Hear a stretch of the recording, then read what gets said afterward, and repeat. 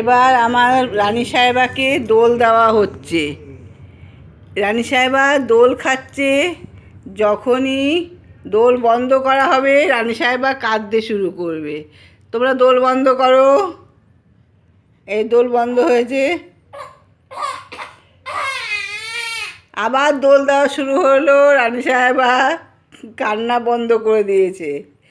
দোল দিচ্ছে শ্রীযুক্ত ভুবনমোহন মৈত্র এবং তার সুপুত্র সুতীর্থ মৈত্র। দুজনে মিলে হাই বলতে হয়। হাই, নমস্কার। হাই, নমস্কার বলো। নমস্কার। হ্যাঁ, এইবার দেখুন এই যে আমার নাতনি আবার চুপ করে শুয়েছে। ওর মামা কিছু কারুকার্য করছে। ওর মামা কিছু কারুকার্য করছে, দাদানও কিছু কারুকার্য করলো। এই যে কাজ যে এক্ষুনি থেমে যাবে। ব্যাস, থেমে গেছে। ওর ওর কান্না থেমে গেছে। এই এই হচ্ছে ভুবন মৈত্র আর সুতীর্থ মৈত্র সবচাইতে দিনে 24 ঘন্টার মধ্যে 18 ঘন্টা কাজ।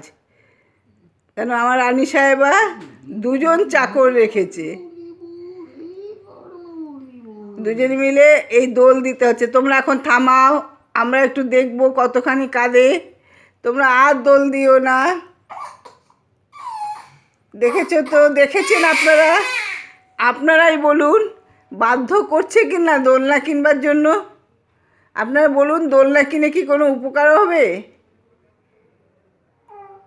হ্যাঁ, উনি শুয়ে শুয়ে খেলবেন।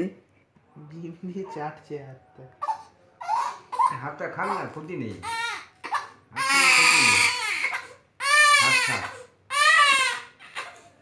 আচ্ছা, আমরা এখন রাখছি।